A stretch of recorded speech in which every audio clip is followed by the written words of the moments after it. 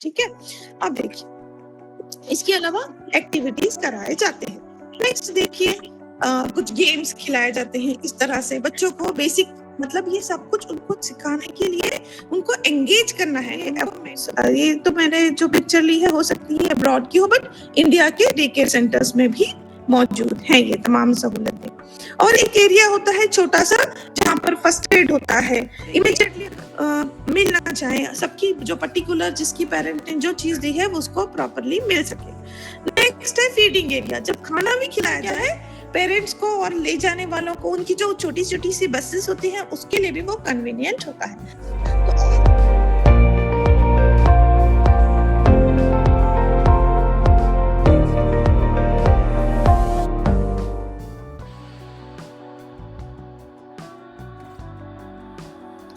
अस्सलाम वालेकुम all of you.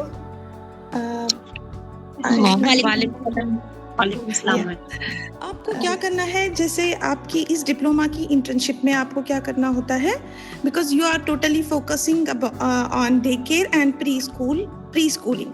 तो डे केयर और प्री स्कूलिंग में जब आप जाएंगे तो आपको क्लियरली एग्जामिन करना होगा कि डे केयर और क्रश या डे केयर या क्रश और प्री स्कूल ये किस तरह से इसका लेआउट होता है, किस तरह से ये बने होते हैं, इनमें कौन कौन से कमरे या कौन कौन से एरियाज की ज़रूरत होती है। तो वो सब हम अच्छे से डिटेल में विद पिक्चर्स डिस्कस करेंगे। तो पहले हम स्क्रूटनाइजिंग द लेआउट,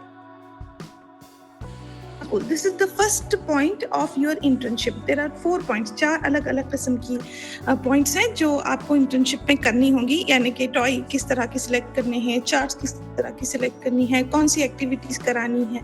तो उनमें सबसे पहली एक्टिविटी ये है कि how to scrutinise the layout of creche and pre school. अब ये स्क्रूटनाइजिंग क्या होता है, एग्जामिन करना होता है, बहुत केयरफुली समझने की, ऑब्जर्व करने की जरूरत होती है, इंस्पेक्ट करने की जरूरत होती है।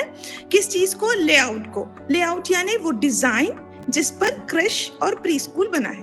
अब क्रश क्या होता है, क्रश डे केयर को कहते हैं, डे केयर सेंटर को या चाइल्ड केयर सेंटर को क्रश कहते हैं। और प्री स्कूल क्या होता है, जो स्कूल जाने से पहले जो बच्चे स्कूलिंग करते हैं, स्कूलिंग के लिए तैयार किए जाते हैं, जो फर्स्ट स्टैंडर्ड में जाने से पहले ऐसे बच्चे जो 2 से 5 साल के होते हैं और स्कूलिंग के लिए तैयार होते हैं, वो प्री स्कूल होता है। तो प्री स्कूलिंग और क्रश के जो लेआउट होते हैं उसको आपको एग्जामिन कैसे करना है। ठीक है, मैंने अपने से कुछ एक चेकलिस्ट भी बनाई है, आप वो चेकलिस्ट भी कॉपी कर सकते हैं। जब आप जाएंगे स्कूल को विजिट करेंगे या क्रश को विजिट करेंगे तो वो सब देखेंगे। तो सबसे पहले हम देखेंगे क्रश क्या है। मुझे लगता है आप अपनी क्लासेस में ऑलरेडी ये सब डिस्कस कर चुके हैं, टीचर्स ने बताया होगा कि what exactly crush is. Crush is मतलब चाइल्ड केयर सेंटर या बेबी केयर सेंटर, जिसमें छोटे छोटे बच्चे होते हैं। तो क्या होता है डे केयर सेंटर में, आप में से किसी ने डे केयर सेंटर के बारे में या चाइल्ड केयर सेंटर के बारे में जानने की कोशिश की है? आपको मुझे लगता है पुरानी क्लासेस में ये बताया भी गया है। तो काइंडली लेट मी नो कि डे केयर सेंटर में क्या क्या एक्टिविटीज होते हैं।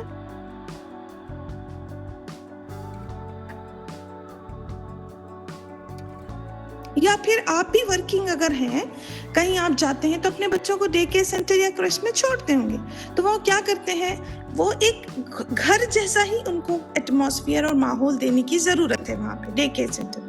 ठीक है, तो क्या मोस्टली क्या होता है, बच्चों को वहाँ पे रखा जाता है। अब बच्चे एक ही पोजीशन में तो नहीं रहेंगे, उनको खिलाना पड़ता है, वो अगर उनको नींद आती है तो उनको सुलाना पड़ता है, उनके साथ खेलना पड़ता है, यानी कि उनको घर के साथ साथ एक स्कूलिंग या प्री स्कूलिंग के लिए भी तैयार किया जाता है। ठीक है, तो अब देखिए यहाँ कौन, ये डे केयर सेंटर का मैंने देखा है ना, ये जो बहती है खातून, अब बच्चों को लेकर she is trying to play with the student, children, छोटे छोटे बेबीज के साथ वो खेल रही हैं। और दूसरा क्या है, यहाँ पे बच्चों को सिखाया जा रहा है हाउ टू ईट, खाने के जो एटिकेट्स होते हैं या किस तरह से खाने को खाया जाता है, या बच्चों को बिठा के एक तरीके से सलीके से खिलाने की, तरतीबवार खिलाने की का एटमॉस्फेयर दिया जा रहा है। और मुझे लगता है मैं विजिबल भी हो गई हूँ। Hello, yes ma'am. ओके, ठीक है, ओके। देखिए क्या होता है, एक देखिए खाना किस तरह खाया जाता है, खाने की क्या तरतीब है, एटिकेट्स क्या मैनर्स हैं, किस तरह से बच्चे स्पून हैंडल करेंगे। बहुत छोटे हैं तो उनको जो उनकी वहां पर चाइल्ड केयर सेंटर की जो लेडीज होती हैं वो खुद भी उनको खिलाएंगी। कैसे छोटे बच्चे हैं, बिल्कुल छोटे हैं, अगर बॉटल फीडिंग पे हैं तो वो करेंगी। अगर उनको बेबी के फूड्स होते हैं, अगर वो खिलाते बहुत छोटे हैं तो वो उन्हीं को डायरेक्टली फीड करेंगे।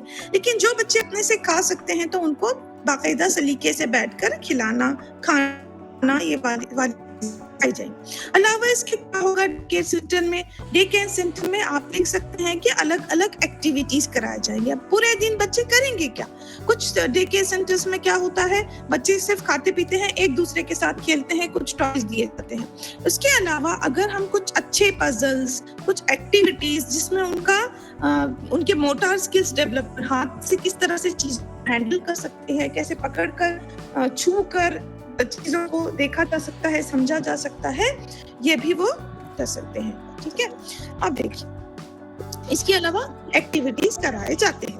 नेक्स्ट देखिए, कुछ गेम्स खिलाए जाते हैं। इस तरह से बच्चों को बेसिक, मतलब ये सब कुछ उनको सिखाने के लिए उनको एंगेज करना है, उनको मेंटली फिजिकली इन्वॉल्व रखना है पूरे दिन, ताकि वो अपने घर को मिस ना करें, उनको घर जैसा भी एटमॉस्फेयर मिले, वो कुछ सीखे भी, उनका जो माइंड मेंटल डेवलपमेंट है वो भी अच्छा हो, वो बोलना कम्युनिकेशन सीखे, इन्वॉल्व हो, एक दूसरे के साथ खेलना सीखें, एडजस्ट करना सीखें, कोऑपरेशन, कोलैबोरेशन, इस तरह से बच्चों में डेवलप करने के लिए भी डे केयर सेंटर्स में एक्टिविटीज करवाने चाहिए। इसके अलावा फिजिकल एक्टिविटीज भी, फिजिकल गेम्स भी उनको खिलाए जाते हैं। कुछ इंडोर भी होते हैं, अगर बच्चे थोड़े से बड़े हैं तो बहुत सेफ एरिया में, बहुत अच्छी जगह जहां पर उनको ज्यादा धूप ना लगे, ज्यादा परेशानी ना हो, ऐसा एटमॉस्फेयर आउटडोर प्ले बनाकर वो करते हैं, उनको बच्चों को खिलाया जाता है। तो ये एक एग्जाम्पल है। ठीक है, इसके अलावा उनकी जो स्लीपिंग एरिया होता है वो मुख्तस किया जाता है कि जहां पर उनको नींद आती है तो सुलाने के लिए। अगर बहुत छोटे बेबीज हैं तो उनको क्या करते हैं, क्रैडल्स में सुलाने के लिए भी। देखिए इस पिक्चर में आप देख सकते हैं कि छोटे छोटे क्रैडल्स हैं, उसमें छोटे छोटे बच्चों को सुलाए जाते हैं। और अगर कुछ बड़े बच्चे हैं तो उनको क्रिब्स में सुलाया जाता है। इस तरह के जो होते हैं ना, ये यहाँ इंडिया में भी है। ये तो मैंने जो पिक्चर ली है हो सकती है अब्रॉड की हो, बट इंडिया के डे केयर सेंटर्स में भी मौजूद है ये तमाम सहूलतें। और एक एरिया होता है छोटा सा जहाँ पर फर्स्ट एड होता है। इमीडिएटली अगर बच्चे को कोई मसला हेल्थ हो रहा है, कुछ हेल्थ की प्रॉब्लम हो रही है, जैसे बुखार आ रहा है उनको, या फिर कुछ गिर गए हैं, चोट लग गई है, तो इमीडिएटली उनको फर्स्ट एड करवाने के लिए वो तमाम चीजें एक कॉर्नर में एक एरिया बना के रख दिया जाता है, जहाँ से वो इस्तेमाल करके बच्चों को चीजें की जाए और वो बच्चों से दूर भी हो। ठीक है, तो एक चेकलिस्ट मैंने बनाई है, आप इसको देखेंगे। जब भी आप डे केयर सेंटर या क्रश को विजिट करेंगे तो आप you have to carry this checklist along with you. आप ये चेकलिस्ट अपने साथ रखेंगे और अब जब अटेंड करेंगे तो इसके अलावा दूसरे भी चेकलिस्ट होंगे कि उसमें कौन कौन सी एक्टिविटीज कराए जा रहे हैं, किस तरह के चार्ट्स लगे हैं, किस तरह के टॉयज या फिर किस तरह की लर्निंग मटेरियल वहाँ पे रिसोर्सेज हैं, वो देखने के लिए अलग अलग होंगे। लेकिन जब लेआउट देखना है कि किस तरह की बिल्डिंग है, कैसी बनी हुई, मोस्टली ये होना चाहिए कि जो डे केयर सेंटर्स होते हैं वो ग्राउंड फ्लोर पर ही मौजूद हों, क्योंकि बच्चे बहुत छोटे होते हैं, क्लाइंबिंग और ये सब भी बहुत दुश्वारी होती है। अगर लिफ्ट है और फर्स्ट फ्लोर पे भी है तो इमीडिएटली लिफ्ट जहां से एलिवेटर खुलता है, खुलते ही फौरन जो डोर होगा वो क्रैश या डे केयर का ही होना चाहिए, और यही प्री स्कूलिंग में भी होना चाहिए। और भी कोई कुछ बातें हैं जो मैं ये चेकलिस्ट के बाद आपसे डिस्कस करूंगी कि कौन सी चीजों को कंसीडर करना है, क्या वो चीजें हैं जिनको मद्देनजर रखते हुए डे केयर सेंटर या क्रश का लेआउट डिजाइन करना चाहिए। सबसे पहले स्टडी रूम और एक्टिविटी रूम, जितने स्टूडेंट्स हैं उसके लिहाज से क्या वहां पर स्टडी रूम या एक्टिविटी रूम मौजूद है, तो वो एक्टिविटी रूम या स्टडी रूम ऐसा होगा जहां बच्चे आराम से सुकून से बैठकर कुछ किताबें पढ़ सके। एक छोटी सी लाइब्रेरी होगी, छोटी छोटी किताबों की, जो भी उनकी लेवल की बुक्स होंगी वो वहां रखी जाएंगी, वो ताकि वहां पर पढ़ सके। या फिर कोई एक्टिविटी के बुक्स होंगे, वर्क बुक्स होंगे, तो वो वाला एरिया वहाँ पर अवेलेबल है या नहीं है। ठीक है, ऐसा नहीं है डे केयर का मतलब सिर्फ खाना खिलाना और बच्चे को सुला देना, उनको एक्टिविटीज में शामिल करना बहुत जरूरी है। इसलिए सबसे पहले अगर यस है तो यस पे टिक करेंगे, नो है तो नो पे। नेक्स्ट जो आइटम है, में जो एरिया है देखना है, तो वो इंडोर प्ले एरिया है या नहीं, क्योंकि छोटे बच्चे हैं, कुछ बच्चे तो क्रॉलिंग करते हैं तो बाहर भी नहीं जा सकते, तो उनके लिए कोई प्रॉपर प्लेस है या नहीं वो देखना है। ठीक है, ओके। नेक्स्ट आउटडोर प्ले, ठीक उसी तरह से जिस तरह से इंडोर प्ले एरिया है उसी तरह आउटडोर प्ले एरिया भी है या नहीं। अगर थोड़े बच्चे बड़े हैं तो उनके लिए ऐसा एरिया जहां पर ज्यादा सनलाइट डायरेक्टली ना आती हो, ताकि वो बच्चे धूप में परेशान ना हो, और फिर वो एरिया बिल्कुल सेफ हो, मतलब कहीं ओबड़ खोबड़ इधर उधर की जगह ना हो ताकि उनको चोट लग सके, वो गिर जाए। तो बिल्कुल सॉफ्ट एरिया जो होती है ना, जिसका सॉफ्ट बनाया हुआ, वैसा ही आउटडोर प्ले एरिया, छोटा सा एक्वेरियम, इस तरह से उनको अट्रैक्ट भी करेगा, वो खेलेंगे भी। तो इस तरह का आउटडोर प्ले एरिया मौजूद है तो यस पे टिक लगाएंगे, नहीं है तो नो पे टिक लगाएंगे। नेक्स्ट जो सबसे इम्पोर्टेंट एरिया है, क्योंकि छोटे बच्चे हैं, इनका स्लीपिंग टाइम बहुत ज्यादा होता है, तो ये दिन में भी सोते हैं, तो दिन में सोते हैं तो इनके लिए प्रॉपर डिजिग्नेटेड प्लेस, सोने के लिए भी, आराम करने के लिए भी मौजूद होना जरूरी है।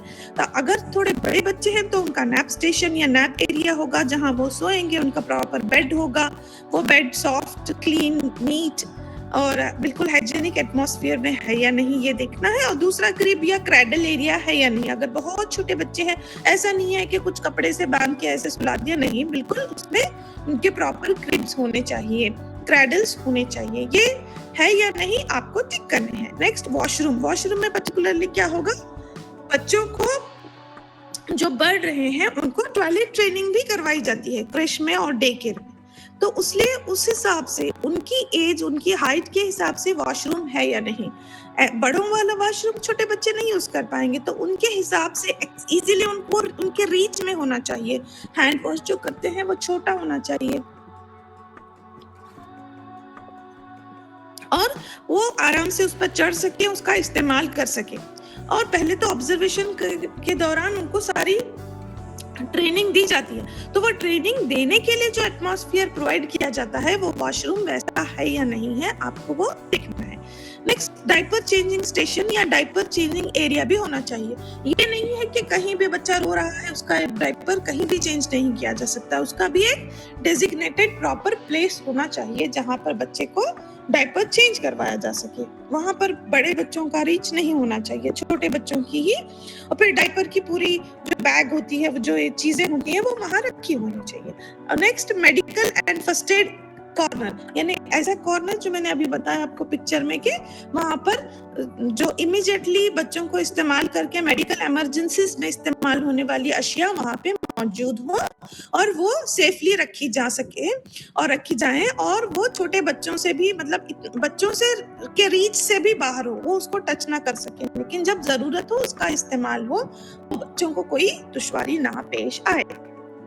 नेक्स्ट, ये जो स्टोरेज एरिया मैंने लिखा है, इसको मैं लॉकर भी लिख सकती थी, ये ज्यादा मुनासिब होता। तो स्टोरेज एरिया में क्या होगा, बेसिकली बच्चों के, पर्टिकुलर बच्चे की अपनी अपनी लॉकर होगी, वो अपना अपना सामान, हर बच्चे का जो भी वहां पे डे केयर सेंटर की जो केयर टेकर्स होंगी वो वहां उसको रखेंगे।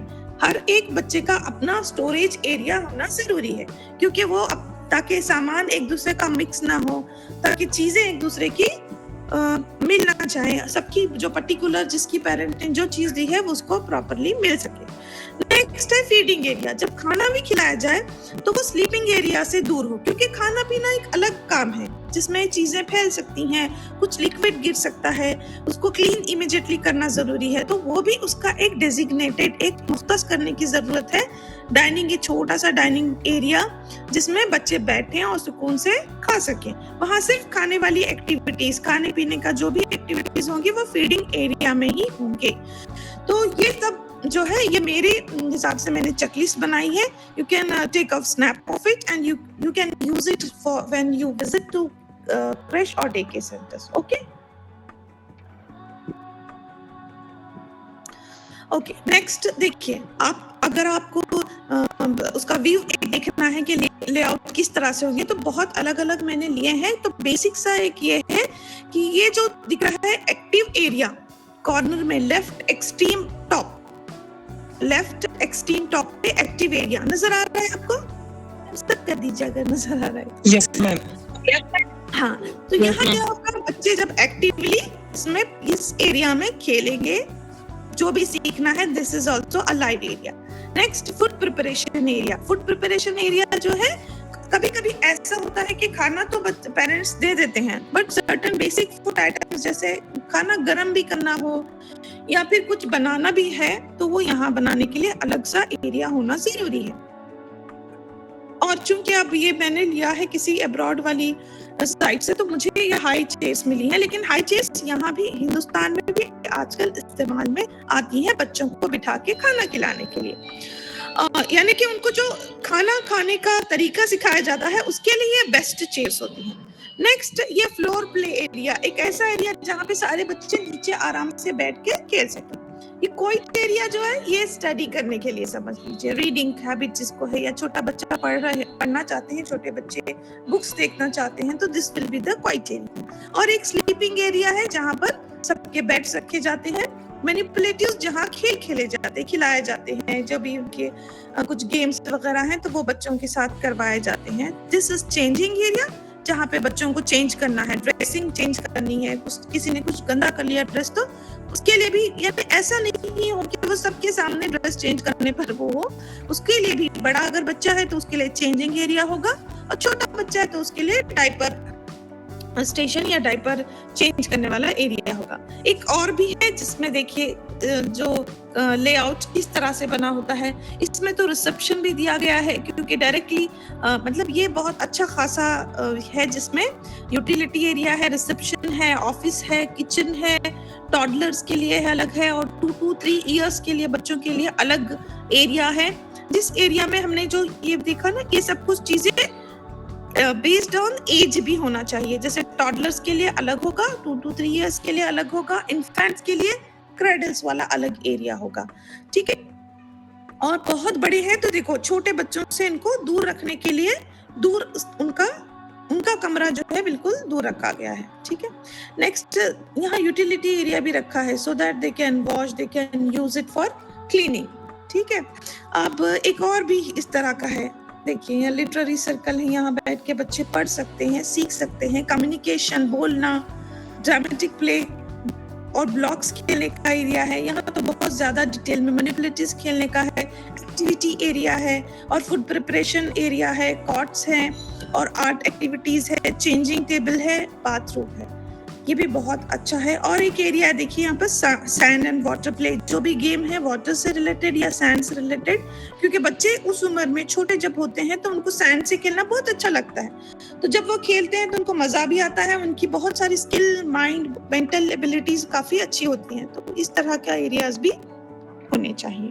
अब हम देखेंगे, ये तो लेआउट हो गए। अब जब हम बिफोर प्लानिंग द लेआउट कौन सी चीजों को कंसीडर करने की जरूरत है, कौन से वो नुकात हैं जिनको मद्देनजर रखते हुए डे केयर का लेआउट प्लान करना चाहिए। सबसे पहले तो नंबर ऑफ चिल्ड्रन कितने अकोमोडेट करना चाह रहे हैं, कौन सी उम्र के कितने नंबर ऑफ चिल्ड्रन होंगे, या कितने बच्चों की तादाद की अलग अलग उम्र के, उस हिसाब से डिजाइन करना है।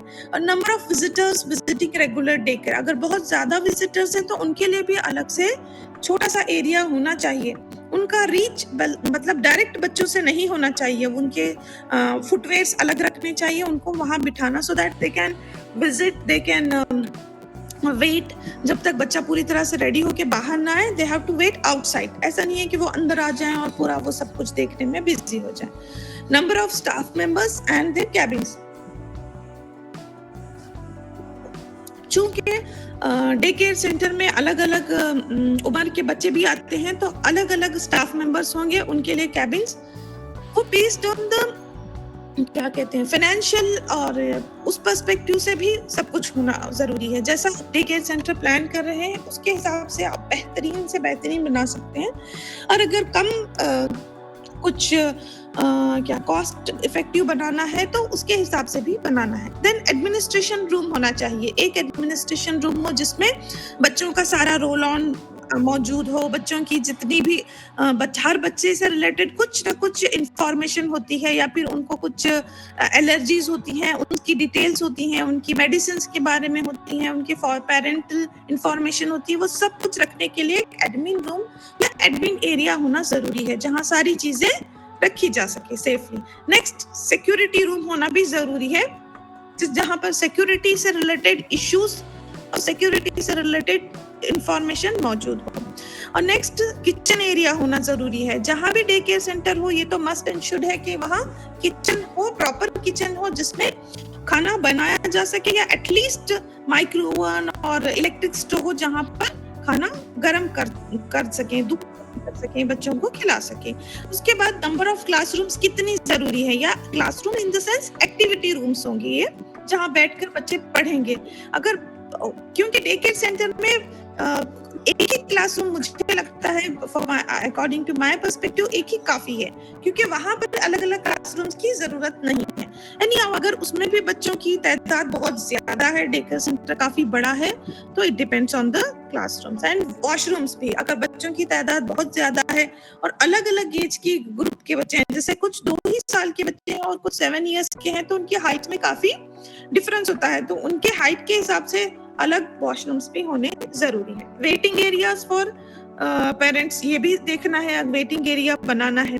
स्टोरेज रूम बनाना है, दो किस्म का स्टोरेज रूम, एक ऐसा जिसमें एक्स्ट्रा स्टफ को रखने के लिए रखा जाता है और दूसरा पर्टिकुलर हर बच्चे का एक एक लॉकर होना चाहिए जिसमें वो चीजें वो रख सके।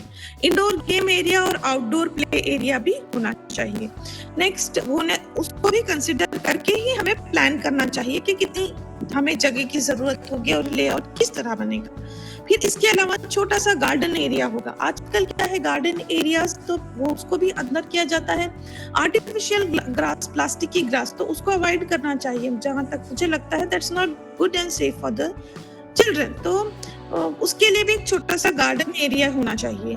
और चाइल्ड सेफ प्लेस होना चाहिए, वो ऐसी जगह हो जहां पर बच्चे को सेफली सिक्योर रखा जा सके। Divide the room into learning and play area, वो सीखे भी और खेले भी। इस तरह के एक्टिविटीज को डिफरेंशिएट करके अलग अलग रख सकते हैं या नहीं रख सकते हैं, जो भी है ये कंसिडर करने की जरूरत है। सबसे इम्पोर्टेंट है, it should be multiple colours होने चाहिए, ब्राइट कलर्स इस्तेमाल होना चाहिए। आप अक्सर देखते हैं ना, जो प्री स्कूलिंग के जो स्कूल्स होते हैं, प्री स्कूल्स होते हैं, यूरो किड हो, किड्जी हो या फिर दूसरे, तो उसमें क्या होते हैं, लाल बिल्कुल ही गहरे रंग इस्तेमाल किए जाते हैं, क्योंकि बच्चे गहरे रंगों से बहुत ज्यादा अट्रैक्ट होते हैं, उनको हैप्पी फील करते हैं। ठीक है, तो इस तरह के वॉल्स इस्तेमाल ये भी कंसिडर करने की जरूरत है। और नेचर को लाना है ना, पेड़ पौधे, और बिल्कुल छोटा सा एक्वेरियम है या फिर छोटा सा फिश पॉन्ड बना दिया है, तो उससे भी बच्चे बहुत खुश रहेंगे और वो नेचर से थोड़ा जुड़े रहेंगे। Design outdoor area with swing, slides और भी दूसरे कुछ गेम्स जो भी होंगे उनके, वो भी उसमें होना चाहिए। वो भी सैंड बिछी हो जहाँ पे, और वो बच्चों को वहां चोट ना लगे। लास्ट में एक इम्पॉर्टेंट चीज है कि ऐसा थीम्ड प्ले एरियाज होना चाहिए। जो भी प्ले एरिया होगा उसका एक थीम होना चाहिए, सिर्फ ऐसा नहीं हो कि टॉयज या एक्टिविटीज हो। एक प्रिटेंडेड स्कूल होती है ना, जिससे स्कूल दिखने वाला हो, स्कूल है नहीं, ताकि क्योंकि बच्चे ना अब सोसाइटी में जाने वाले हैं, हम उनको एक ऐसा एटमॉस्फेयर दे रहे हैं जिस एटमॉस्फेयर में वो सीखेंगे कि आगे जाने के बाद, थोड़े बड़े होने के बाद उनको स्कूल जाना है, तो उसके लिए वो तैयार हो जाएंगे। बार बार अपनी जो झूठी मिट्टी स्कूल वाले मॉडल वाला जो देख कर वो they will be happy and उनको मोटिवेशन मिलेगा। वो बहुत ज्यादा एंथुसियास्टिक होंगे कि वो हम रियल स्कूल में कब जाएंगे, क्या सीखेंगे। और या फिर हॉस्पिटल एरिया बनाएंगे, तो वहां पर देखकर बच्चों के अंदर अलग फीलिंग आ जाएगी। या फिर किचन का जो है, प्रिटेंडेड किचन भी हो सकता है, जहाँ बहुत सारी चीजें किचन से रिलेटेड अप्लायंसेस और क्रॉकरीज अगर रखते हैं, वो जो बिल्कुल प्लास्टिक की या फिर जो भी इसकी थर्माकोल की, तो वो बच्चों को बहुत अट्रैक्ट और अच्छा लगेगा। तो ये तमाम चीजों को देखते हुए अच्छे से हम डे केयर को या क्रेश को के लेआउट को प्लान कर सकते हैं। आपको क्लियर है? आप बता दीजिए अगर कोई सवाल है डे केयर से रिलेटेड, तो मैं आपसे डिस्कस करूंगी, otherwise will move to the pre school. ठीक है? Yes ma'am. मैम बहुत अच्छे से बहुत इंपॉर्टेंट पॉइंट्स है मैम। क्या ये स्लाइड्स ग्रुप में शेयर कर सकते हैं ma'am? I request Samina Basu ma'am to please share this pics to please group में शेयर कीजिए। अच्छा ठीक, मैं समीना मैम को शेयर कर सकती हूँ, वो आपको ग्रुप में शेयर कर देंगे। ठीक है? Okay ma'am, thank you very much. Nice. अब हम दूसरे पॉइंट की तरफ बढ़ेंगे, प्री स्कूल। अब क्रैश का तो हो गया क्लियर। नेक्स्ट प्री स्कूल यानी क्या होती है, आप बताइए। प्री स्कूलिंग किसे कहते हैं?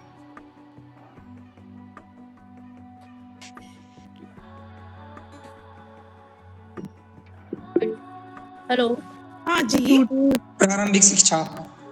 ओके। 2 to 6 years स्टूडेंट्स, बच्चों का जो स्कूल जाने से पहले उसको प्री स्कूल ये तो बोलेंगे। एजुकेशन बच्चों को दी जाती है। ओके, ये नाइस। प्री स्कूल एजुकेशन कहलाती है, जैसे बच्चों को थोड़े से नंबर्स की पहचान, कलर्स वगैरह की, थोड़े अक्षर। Yes, exactly.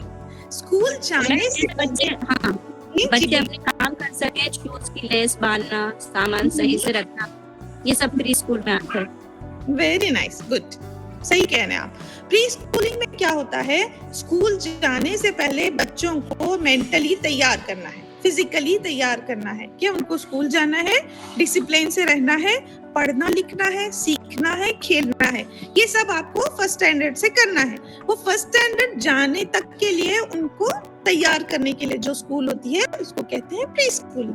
प्री यानी पहले, स्कूल से पहले वाली जो स्कूल है वो क्या हो गई, प्री स्कूलिंग। और वो क्या होती है, 2 to 6 years। क्लास होती है मैम, जहाँ पे फाइन मोटर्स एंड वो सब डेवलप करवाने के लिए।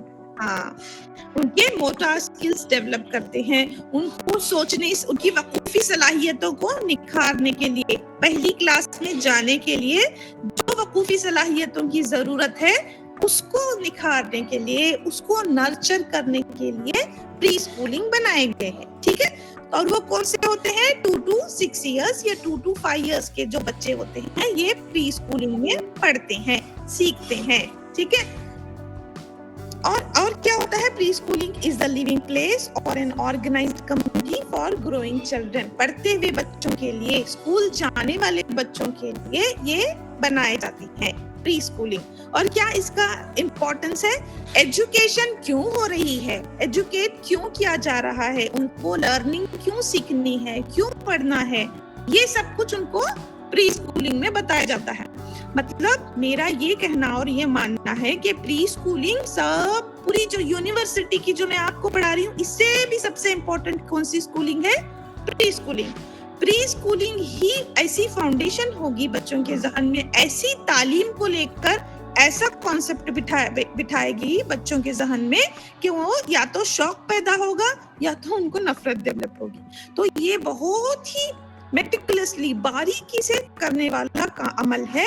ये जो उनकी उम्र है 2 से 5 साल, ये सिर्फ बच्चों के अंदर तालीम से मोहब्बत, तालीम की अहमियत और तालीम की जिंदगी में ज़रूरत, ये सिखाई जाती है। अहमियत, अफादियत और ज़रूरत, ये सिखाने के लिए क्या करते हैं, प्री स्कूलिंग बनाए जाते हैं। तो ये टीचर्स, जो प्री स्कूल टीचर्स है ना, इनकी सबसे हाईएस्ट सैलरी होनी चाहिए, क्योंकि यही दिमाग बच्चों को आगे जाकर देते हैं जो सोसाइटी में अच्छे से काम आएंगे। और यही बच्चे जो है आगे बढ़कर बहुत, तो इनकी इस पर काम करने की और इन टीचर्स की ट्रेनिंग की बहुत सख्त जरूरत है। ठीक है? तो और क्या होता है, इसी क्लास में या फिर इस प्री स्कूलिंग में बच्चे, just a minute, my helper is making lot of noise.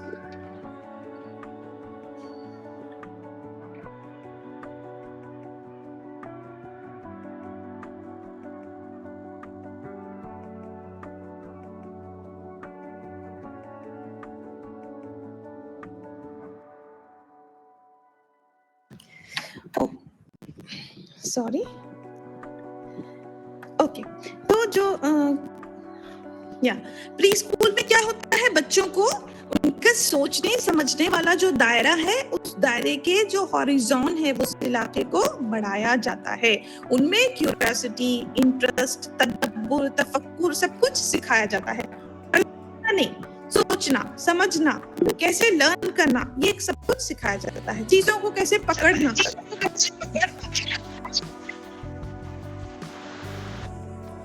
Ma'am आवाज क्लियर नहीं आ रही है आपकी। अब आ रही है क्लियर? जी अब आई। Okay. To experience stimulation and satisfaction of exploring, manipulating and creating. क्या करते हैं? उनके अंदर एक स्पार्क इग्नाइट करने की जरूरत होती है। किस चीज को? समझने को। उनके अंदर क्रिएटिविटी पैदा करने के लिए वो जो एज होती है उसमें कॉन्सेप्ट्स नहीं बताए जाते, सिर्फ कॉन्सेप्ट को समझते कैसे हैं ये सिखाया जाने की जरूरत है। ठीक है? Okay. What are the objectives of planning a preschool building? अब प्री स्कूल की बिल्डिंग के लेआउट अगर हमें बनानी है तो वो कौन से चीजें हैं, वो कौन से मकासद हैं, उसको ध्यान में रखना है। हम बना क्यों रहे हैं, है ना? बच्चे आ रहे हैं, बच्चे प्री स्कूलिंग के जो बच्चे आ रहे हैं उनकी क्या खुसूसियात, जरूरियात है, उसको मद्देनजर रखते हुए हमें उनकी बिल्डिंग को प्लान करना है, उस लेआउट को प्लान करना है। ठीक है? सबसे पहले ऐसा जगह बनाना है हमें जो उनके लिए फिजिकल वेलबीइंग का काम करे, उनको बहुत अच्छा हो, उनकी ग्रोथ भी हो वहां पर। ठीक है? नेक्स्ट क्या है? इतना स्पेस मिल सके कि वो इधर उधर आराम से घूम सके, इतना कंजस्टेड या इतना छोटा ना हो कि बच्चे फ्रीली मूव ना कर सके, और या इतना बड़ा भी ना हो कि वो दौड़ दौड़ के परेशान हो जाए। इतना बड़ा भी प्री स्कूलिंग नहीं होता है और होना भी नहीं चाहिए। एडिक्वेट स्पेस होना चाहिए, मुनासिब जगह, ना छोटी ना बहुत बड़ी। बहुत बड़ी है तो बच्चा भाग भाग के हल्कान होकर थक जाएगा और एक्टिविटीज में ठीक से पार्टिसिपेट नहीं कर पाएगा।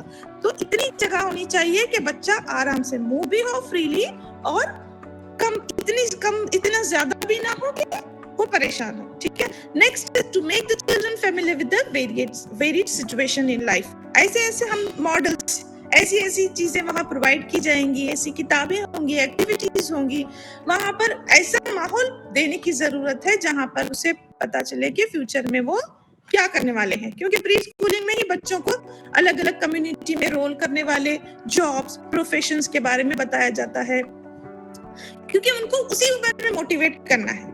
ठीक है? उसके अलावा वो सेफ जगह हो, प्रोटेक्टेड हो, सिक्योर हो, बच्चे वहां खुश रहें, वो कंफर्टेबल, आराम महसूस करें। ऐसा ना हो उनको चढ़ने उतरने, भागने दौड़ने, धूप आती हो, ऐसा नहीं, बहुत ही कंफर्टेबल हो। बहुत ज्यादा तेज, मतलब एसी वाला ठंडा वैसा भी रूम है, उनकी जरूरत के हिसाब से कंफर्टेबल एटमॉस्फेयर होना चाहिए, और बच्चों के कन्वीनियंस के हिसाब से हो। यानी ऐसे टेबल, ऐसी कुर्सियां, ऐसे ब्लैक बोर्ड्स, ऐसे क्लासरूम, ऐसे कबर्ड्स जो बच्चों की रीच में हो, बच्चों को अट्रैक्ट करें, तो उनके कन्वीनियंस। इसके अलावा एस्थेटिकली अपीलिंग हो, बच्चों को देख के इंटरेस्ट पैदा हो, दूसरे दिन को स्कूल जाने के लिए बहुत खुशी रेडी होना, तो वो ध्यान में रखना बहुत जरूरी है। बच्चों को उसमें दिलचस्पी पैदा करना हो तो वहाँ कुछ उनकी इंटरेस्ट की चीजें होनी बहुत जरूरी है। और उसके अलावा उनका ऑलराउंड डेवलपमेंट हो, ऐसी जगह बनाने की जरूरत है जहाँ पे वो फिजिकली डेवलप हो, मेंटली डेवलप हो, इमोशनली भी डेवलप हो, एक दूसरे से शेयर करे खाना, एक दूसरे से बात करना, एक दूसरे को टॉलरेट करना, हार जीत, इससे क्या होगा, उनमें टॉलरेंस पैदा होगा, कोलैबोरेशन पैदा होगा, सबको एक एक्टिविटी दी जाएगी, सब एक साथ डांस करेंगे, सब एक साथ खेलेंगे, हंसेंगे, बोलेंगे, इन्वॉल्व होंगे। तो ऐसा एटमॉस्फेयर देने की जरूरत है जहां पर उनका ऑल राउंड डेवलपमेंट हो, और इंडोर और आउटडोर दोनों एक्टिविटीज प्रोवाइड की जा सके। ये तमाम चीजें फराहम करने की जरूरत है। ये सब चीजों को रखते हुए ही हमें प्लान करना है। और क्या चीजें देखना है, कितने बच्चे हैं, उनकी एज की कितनी अलग अलग एज ग्रुप्स कौन से हैं उनके, ये देखने की जरूरत है। अब प्री स्कूलिंग में कौन सी क्लासेस शामिल होंगी, बताइए मुझे। Play group, zero junior, like KG, UKG, जैसे nursery, KG, UKG, 3 and play group। Okay, 3 होते हैं ना, एक होगा प्ले या फिर मैम कि कोई एक है play group, just play group बोलकर रख रहा है, वो नर्सरी से पहले वाला रख रहा है, बहुत छोटे बच्चे में। जी, उसके बाद नर्सरी, LKG, देन UKG, ऐसा रख रहा है। हाँ, बट प्री स्कूलिंग में नर्सरी LKG और UKG आएगा, और वो जो प्ले ग्रुप है ना वो कंसिडर्ड एज डे केयर हाँ डे केयर सेंटर समझ लीजिए, जहाँ से बच्चों को बिठाने के लिए खिलाने के लिए भेजा जा सकता है। ठीक है, तो जो nursery LKG and UKG, nursery LKG lower KG kindergarten and upper kindergarten, ठीक है, तो ये भी, और इनकी जो एज ग्रुप है ये तीनों अलग होंगे, ये भी मद्देनजर रखते हुए 3 अलग अलग क्लासरूम्स होंगे उनकी। और टीचर प्यूपिल रेशियो, अगर 2 KG की 2 क्लासेस है, 2 LKG की क्लासेस हैं, तो 2-3 टीचर्स होंगे, 4 टीचर्स होंगे, क्योंकि एक साथ नर्स जो प्री स्कूलिंग होता है उसमें एक टीचर 10 बच्चों को या 15 बच्चों को हैंडल नहीं करते, 2 टीचर्स होने जरूरी है। One will be as a tutor and other will be as an instructor, और या जो उनकी चीजों को हर चीज में उनको फैसिलिटेट कर सके। ठीक है, अब ये टीचर पीपल रेशियो को भी ध्यान में रखते हुए क्लासेस डिजाइन करने हैं। फिर उसके बाद nature of children, needs of the children, अगर प्रेजेंस ऑफ हैंडीकैप्ड चिल्ड्रन यानी डिसेबल्ड अगर हैं तो उनके लिए क्या है, क्या सहूलियत देने की जरूरत है, कितने नंबर ऑफ स्टाफ हैं, अगर ये जो स्कूल बनाई जा रही है प्री स्कूलिंग वो है कहाँ, रूरल है क्या अर्बन है। ठीक है, अब प्रैक्टिकली तो क्या होता है मालूम, छोटे छोटे यहाँ हैदराबाद में भी देखा गया है, अच्छी प्री यूरो की ये स्कूल भी मैंने किसी एक छोटा सा विला ले लिया, उसमें ऊपर नीचे कुछ करके ऐसे कर दिया, दैट इज गुड, ओके चल रहा है, ओके है, लेकिन इसमें कितनी सहूलियात, क्या क्या चीजों को देखने की जरूरत है, दैट्स मोर इम्पोर्टेंट। एक फुल फ्लेज अच्छा प्री स्कूल उसी को कहेंगे जिसमें जो हम डिस्कस कर चीजें मौजूद। जी ओके जी मैम, प्लेग्राउंड भी होना चाहिए, प्लेग्राउंड भी होना चाहिए, और कैसा प्लेग्राउंड होना चाहिए ताकि वो बच्चे खेल सके, उनको चोट भी ना लगे, वो खेलें भी, और वहाँ सनलाइट आके परेशान भी ना करे, झाड़ियां भी इतनी ज्यादा ना हो, तो हर चीज को हर पहलू से देखने की जरूरत है। ठीक है, अब लोकेलिटी कैसी है, रूरल एरिया में है या अर्बन एरिया में है। रूरल एरिया का जो सेटअप होगा वो थोड़ा सा अलग होगा, अर्बन रिक्वायरमेंट अलग होती है, तो वो वहाँ की जरूरत के हिसाब से बनानी होगी। फिर उसके बाद सबसे इम्पोर्टेंट क्या है, फाइनेंशियल सपोर्ट, किस तरह का फाइनेंशियल सपोर्ट हो रहा है उसके हिसाब से ही हम अच्छा सा प्री स्कूल डिजाइन कर सकते हैं बेस्ड ऑन द फाइनेंसेस। ठीक है, और क्लाइमेटिक कंडीशंस कैसी हैं, बहुत ज्यादा बारिश वाले इलाके में प्री स्कूलिंग बनानी है तो बहुत उसका बिल्डिंग स्ट्रक्चर अलग होगा, है ना, जाहिर सी बात है। बहुत ज्यादा मतलब सर्दी वाले ठंड वाले इलाके में अगर है तो वहां पर अलग होगा, और अगर वहां का वेदर बहुत ही हॉट वेदर है तो वहां का जो सेटअप होगा और क्लासरूम्स होंगी वो बिल्कुल अलग होगी। अब स्पेस की अवेलेबिलिटी भी मैटर करती है कि वो किस तरह से डिजाइन किया जा सके। इसके अलावा टाइप ऑफ प्रोग्राम किस तरह के हैं और क्या क्या उनको सिखाया जा रहा है, इट डिपेंड्स ऑन द क्या कह सकते हैं, हर प्री स्कूल का अलग अपना सिलेबस, करिकुलम अलग अपना करिकुलम होता है, अलग सबकी एक्टिविटीज अलग होती हैं, और एक्टिविटीज कराने के तरीके भी सबके अलग होते हैं। कोई प्री स्कूलिंग में बहुत छोटी सी स्कूल होती है लेकिन वहाँ सारी क्लासेस स्मार्ट क्लासेस होती हैं, बच्चों को बहुत सारी चीजें सिमुलेटेड एटमॉस्फेयर प्रोवाइड किया जाता है, यानी कि सिमुलेटेड एटमॉस्फेयर वर्चुअल रियलिटी के थ्रू बच्चों को पढ़ाया जाता है। तो ये तमाम चीजें हैं, और कुछ ऐसे होते हैं जहाँ पर हर चीज बच्चों को कंस्ट्रक्टिविस्ट अप्रोच से, यानी कि हर चीज अपने से बच्चे को सीखना होता है, वो छू के पकड़ के मिट्टी को करके वो क्ले से कुछ बना के वो उनको एक्टिविटीज करवाई जाती हैं। तो हर एक क्या कहते हैं सिलेबस करिकुलम और हर एक मुनफरिद अंदाज होता है, मुनफरिद अंदाज होता है, तो उसके हिसाब से ही वो बिल्डिंग और उसको इंफ्रास्ट्रक्चर बनाने की जरूरत है। जैसे आप यहाँ देख रहे हैं एक नॉर्मल है जहाँ पर इस तरह की छोटी छोटी चेयर्स होती हैं, बिकॉज बच्चों की छोटी हाइट होती है, वो इतनी ही जगह में आराम से बैठ जाते हैं और उनको चोट ना लगे, इसलिए एक कारपेट बिछाया गया देखिए इस तरह से, और आसानी से वो तमाम चीजों को पकड़ सके ले सके, इसलिए छोटे छोटे सब चीजें हैं। यहाँ पर देखिए कितनी कलरफुल क्या कहते हैं क्लासरूम है। ये जो कैरेक्टर्स इसमें है तो वो कैरेक्टर्स जो कार्टून बने हुए हैं डायनासोर्स के, वो बच्चों को अट्रैक्ट करेंगे, बहुत अच्छे लगेंगे। और देखिए सबका अलग अलग कलर का होता है। क्या बड़ी क्लासेस में ऐसा होता है? अगर बड़ी क्लासेस में ऐसा होगा तो कोई पसंद करेगा नहीं करेगा, है ना। बड़े बच्चे यूनिवर्सिटी लेवल पर students will not like to sit in such colourful desk, ठीक है। जबकि बच्चों को अलग अलग कलरफुल जो है मेरा रेड वाला है, मेरा मरून है, मेरा उस तरह से, तो दैट मोटिवेट देम उस स्कूल से जुड़े रहने में, उनको दूसरे दिन आने में, क्योंकि बहुत मूडी होता है जो छोटा बच्चा होता है, उसके मूड स्विंग्स होते हैं, वो क्या होता है, वो उसके लिए घर छोड़ के बाहर निकलना ही एक बहुत बड़ा सा टास्क है, बड़ा अचीवमेंट है कि अपनी मम्मी को छोड़ के वो दूसरी जगह जाके एक्सपोज हो रहा है। तो ऐसी जगह पर उनको ऐसी चीजों की जरूरत है कि वो उनको स्टिक करके जोड़ के रख सके, ठीक है। तो इस तरह देखिए ये कितना प्यारा है, शायद ही मुझे लगता है ये यूरो किड का है, ठीक है। तो ये भी एक एग्जाम्पल है जिसमें अलग अलग कलर्स, अलग अलग चीजें से क्लास को कितना अट्रैक्टिव बनाया गया है। They can sit here, they can play, और यहाँ उनका स्टफ रखा गया है। This is also quite beautiful. इसमें कुछ थीम है, व्हाइट एंड ब्लू, देखिए कितना how it is looking so beautiful. हर एक का अपना कॉर्नर है, उसके साथ में उसकी रिस्पेक्टिव चीजें हैं। This is a play area, indoor play area. देखिए इंडोर प्ले एरिया, छोटे छोटे बच्चों के छोटे स्लाइड्स हैं, है ना, और उनको चोट ना लगे इसलिए यहाँ नीचे मैट भी रखा गया है ताकि वो आराम से बैठ सकें, ठीक है।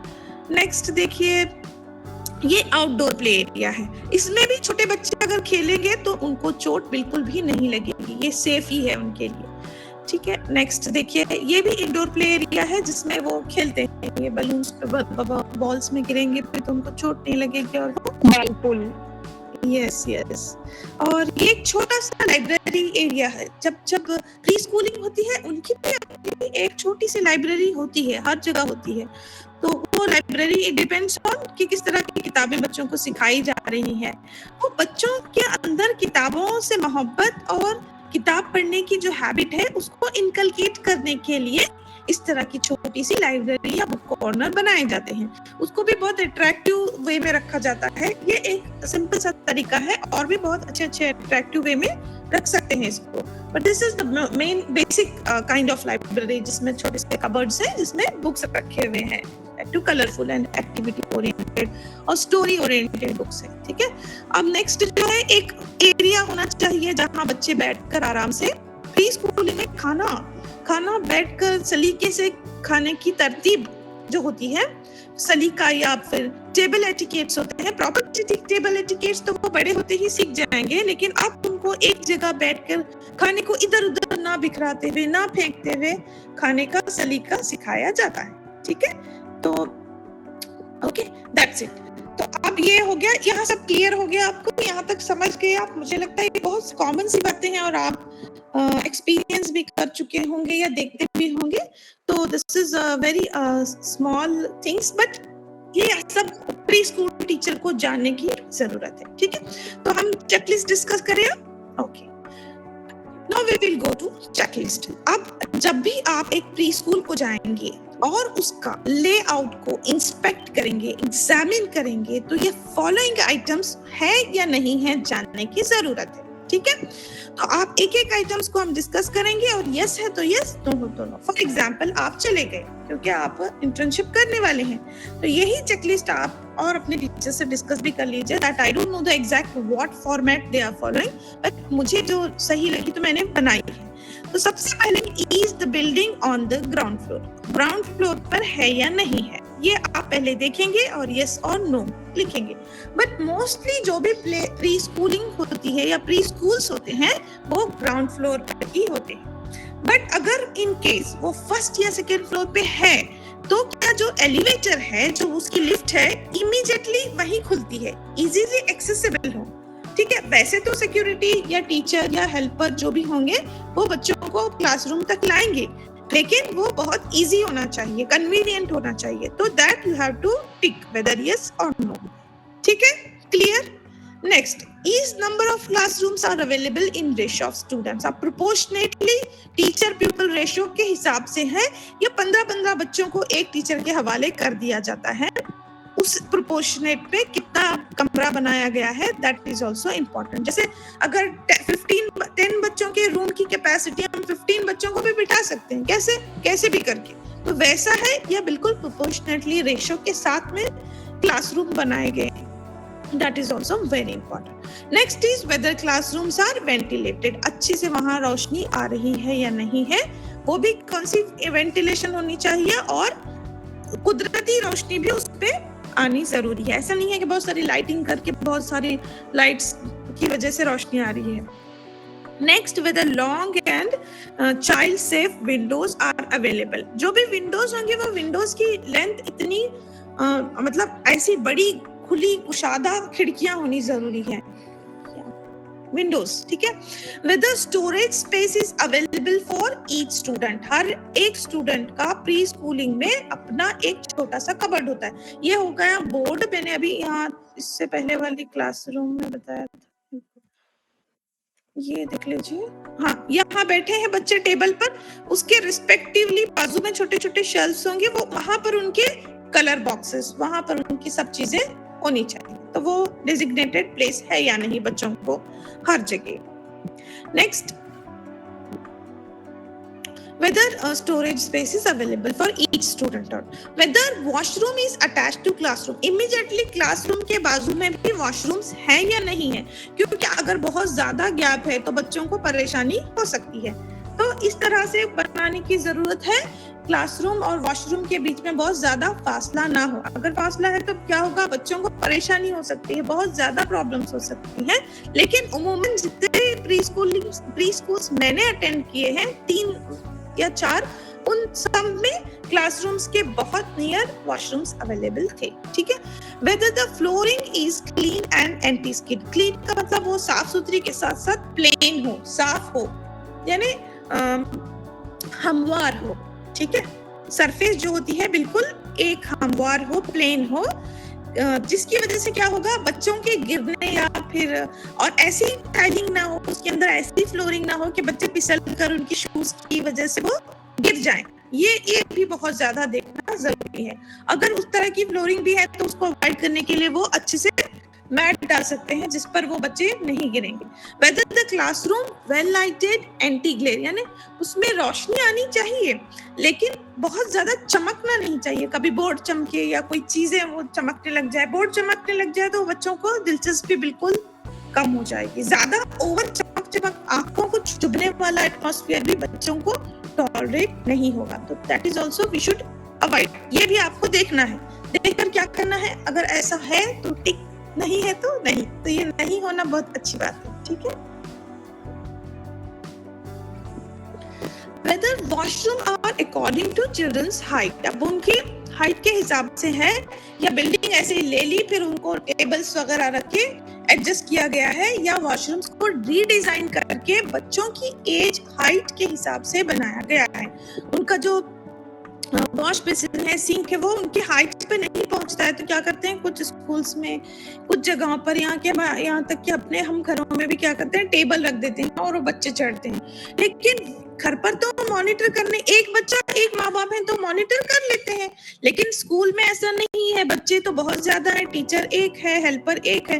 तो ऐसे वक्त में उनको बहुत ज्यादा क्लियर होनी जरूरी है। टेबल रखा, फिर वो कर रहे हैं, फिर वो गिर गए, तो ये अवॉइड करने के लिए उनके हाइट के हिसाब से ही वॉशरूम्स और वो सिंक, हैंड वॉशेस होना बहुत जरूरी है, ठीक है।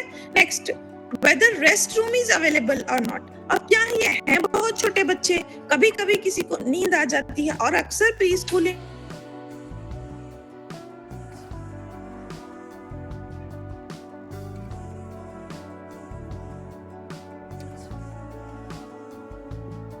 मैम आवाज फिर कट रही है आपकी।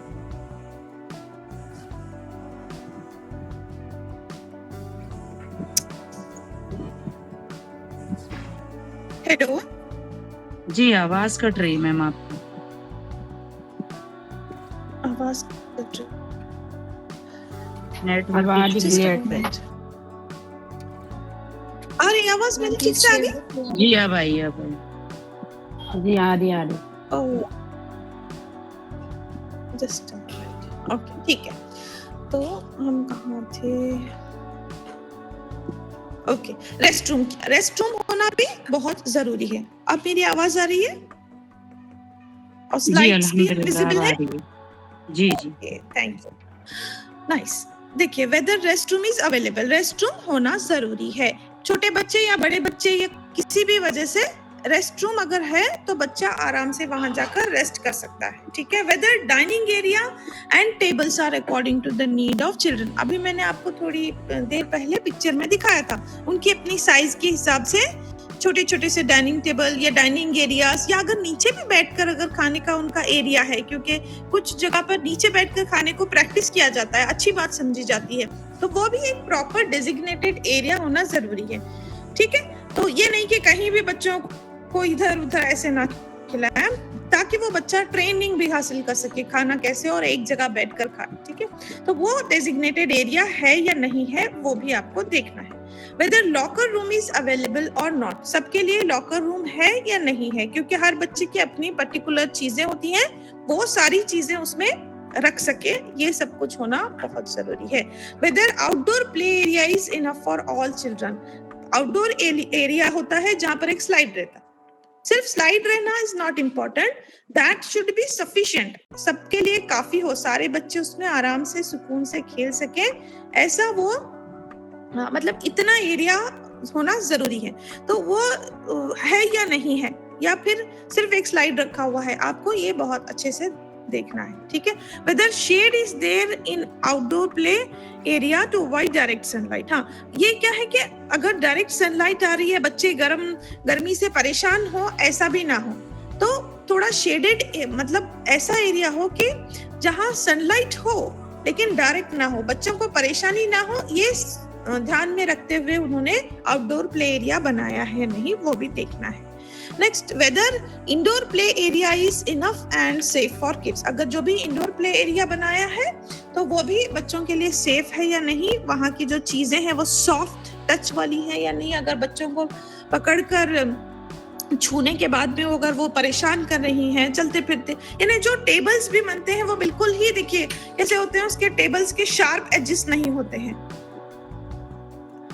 शार्प एजेस नहीं होते हैं, ताकि वो बच्चों को हर्ट ना करे, उनको चोट ना पहुंचाए, ठीक है। और उसके बाद में इंफर्मरी है कि नहीं, यानी कि मेडिकल अगर इमरजेंसी होती है तो एक छोटा सा कमरा, डॉक्टर तो स्कूल्स में अवेलेबल होते हैं, लेकिन एक छोटा इंफर्मरी जरूरी है, जहाँ पर बच्चे की अगर हेल्थ खराब हो जाती है तो इमीडिएटली कुछ फर्स्ट एड दे सके, या फिर उनको अगर कोई मेडिसिन देनी है तो दे सके, मेडिसिन जो ओके। मैं कहाँ तक थे हम? हाँ, indoor, whether indoor play area is enough and safe for kids, के लिए वो होना चाहिए कि बच्चा आराम से खेल सके, उनके लिए बहुत ज्यादा प्रॉब्लम हो जाए। इंडोर प्ले एरिया मैम समझ में नहीं आ रहा है कुछ भी, मैम समझ में नहीं आ रहा है, स्क्रीन शेयर भी नहीं है।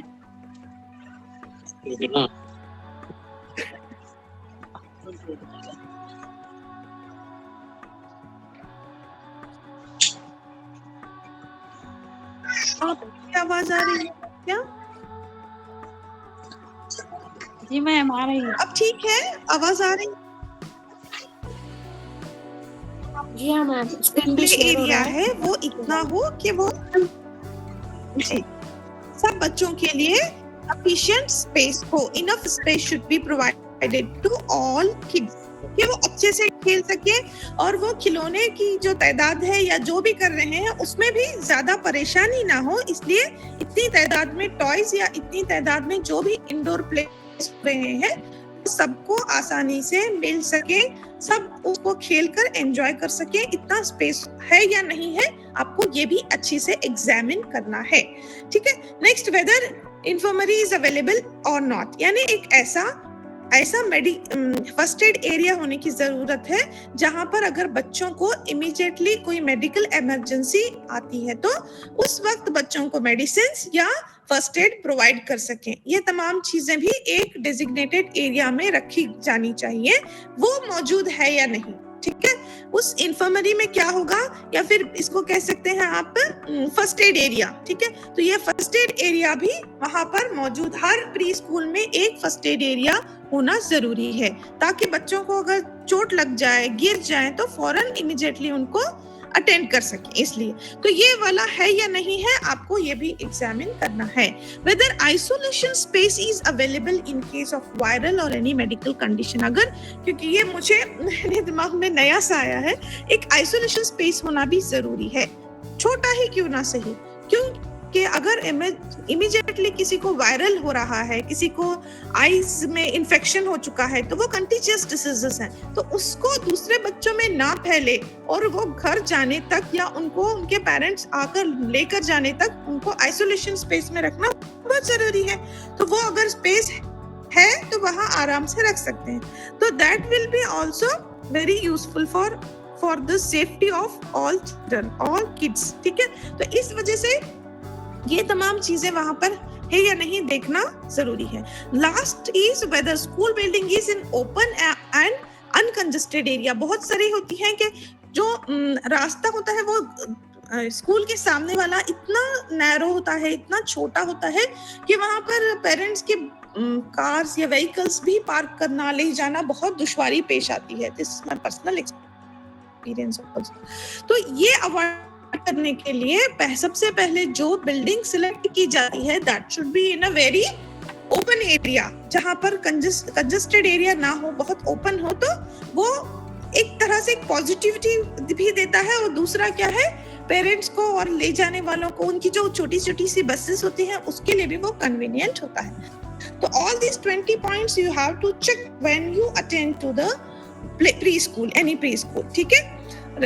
तो ये इसको देखने के लिए मैंने जो भी बताया है, इसके अलावा भी बहुत सारी चीजें हैं जो एक प्री स्कूलिंग में होनी चाहिए। तो वो उसको बहुत अच्छे अंदाज पे एक गवर्नमेंट ऑफ इंडिया का ही वीडियो है जो आंगनवाड़ी सेंटर्स को, anganwadi centre is nothing but क्या कह सकते हैं आप, day care centre run by government of India, जो डे केयर सेंटर चला रहे हैं सारे हिंदुस्तान के लोगों के लिए, वो आंगनवाड़ी से, फाइन। तो उन्होंने बहुत अच्छे से एक वीडियो बनाया है, you can go through this video, आप इसको देख सकते हैं। So that's it for today's discussion. जितना भी मुझे लगा मुनासिब, तो मैंने वो सारी चीजें आपसे डिस्कस कर ली हैं, कुछ चेकलिस्ट भी, and I am sure I will definitely share this both the checklist to your Samina ma'am and she will share in the group, ठीक है। और कुछ आपको कुछ समझ नहीं आया है, कुछ ambiguity रह गई है, तो आप मुझसे पूछ सकते हैं। नहीं मैम, आप जो भी था क्लियरली बता दिए मैम, थैंक यू। अगर माशाल्लाह समझ में आ गया मैम, काफी अच्छा। Thank you so much. अगर आप भी कुछ इनपुट्स देना चाहते हैं तो आप अपने दे सकते हैं कि मैम ये कुछ छूट गया है या कुछ और भी इसमें इस तरह से कर सकते हैं। If you have some idea you can share with me, okay.